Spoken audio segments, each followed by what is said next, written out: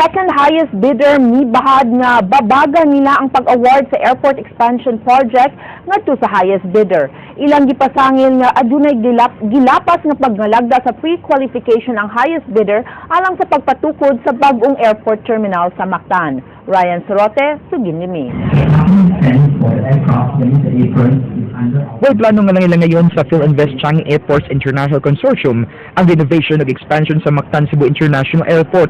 Apan ilang giawha ang Department of Transportation and Communication nga istrikto nga ipatuman ang mga lagda sa Pre-Qualification Bids and Awards Committee.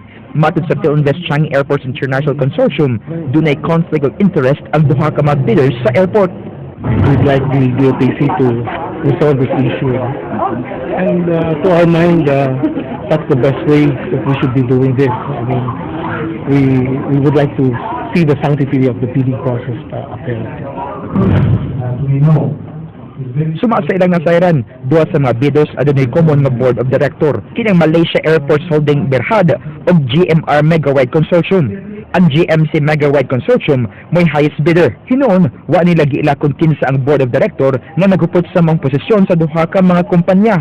Ang PhilInvest Changi Airports International Consortium mo ikaduha nga labing dako nga bidder. Dili nila tuyo malangin lang ngayon ang expansion project sa Mactan Airport. Apan mibad ang PhilInvest Changi International Airports Consortium nga ilang buhaton ng tanan aron babaga na pag-award sa proyekto ngadto sa GMR Megawide Consortium. Gipasusi na usab kini nila sa pipila ka mga sumuan ng mga magbabalaod. With all of these issues that are supposed to be part of the post-qualification process, when we look at the quality of issues, but honestly, it should be even the PCO should really be verifying this matter na it just happens because Dako kayo, this will be a major economic driver, not only for Cebu but for the entire Visayas and the entire country as well. No? Ryan Sorote, News 5. Mayor Michael Rama mitpasangil nga walay suportang nadawat ang dakbayan sa Sugbo gikan sa nasyonal nga kagamhanan. Matud niya ang mga kongresista sa dakbayan walay nahimo hangtod karon. Apan bot sa mayor nga itibalo pinaagi sa laing congressman nga nagbalabuon gyapon ang dakbayan. Leslie Cabinado Vistil, Suginlimi. How much the whole Metro Cebu had contributed to the copper of the national? How much the whole island of Cebu contributed to the copper of the national? Nagplano si Mayor Michael Rama nga ngayon si Congressman Benhur Salimbangon sa pagpahigayon ng privilege speech sa Kongreso kalabot sa kalambuan sa Sugbo. Padayag pa sa mayor nga ang iyang masayran sa national government kung unsa ka malambuon ng dakbayan. Dugang pa ni Rama nga angayan usab nga masayran sa mga Sugbuanon ug kung unsa usab ang nakuha sa dakbayan sa Sugbo gikan sa national government human na matikdi nga wala gipadangag nga suporta ang national government alang sa dakbayan. To deliver a privilege of what the national government has done to Cebu as an island, to the Metro Cebu, and to the whole city of Cebu. What project are they coming in?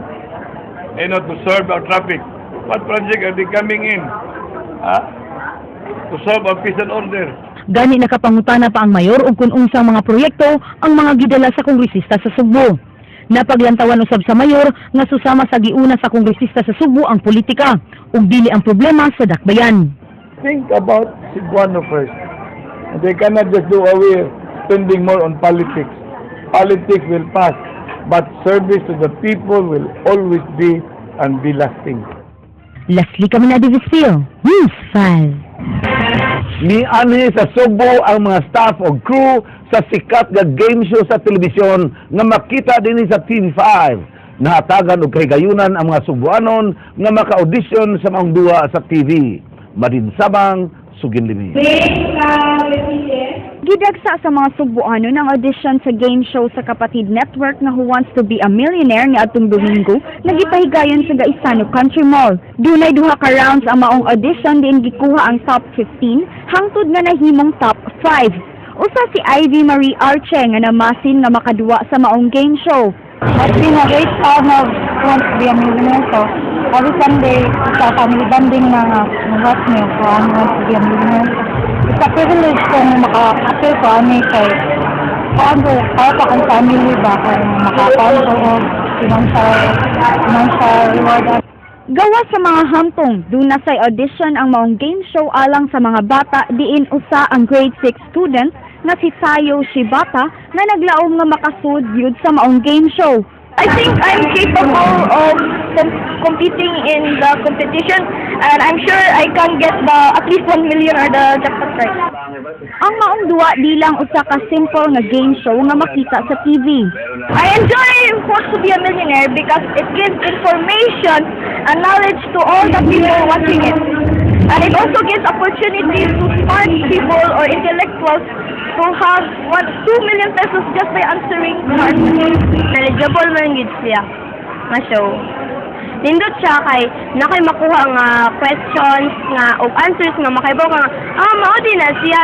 Ang Who Wants to Be a Millionaire makita matag Domingo alas 7 sa gabi din hilang sa TV5. Kaya salamat po kami at patuloy niyo pong sinusuportahan ng Who Wants to Be a Millionaire. Sana po, wag po kayo magsawa na panoorin po at suportahan ang TV5 at ang Who Wants to Be a Millionaire. Mading Sabang, News 5. Usa ka workshop alang sa pagtubag sa mga katalagman gipahigayon alang sa mga NGOs o local government units. King Perez, Suginlimi.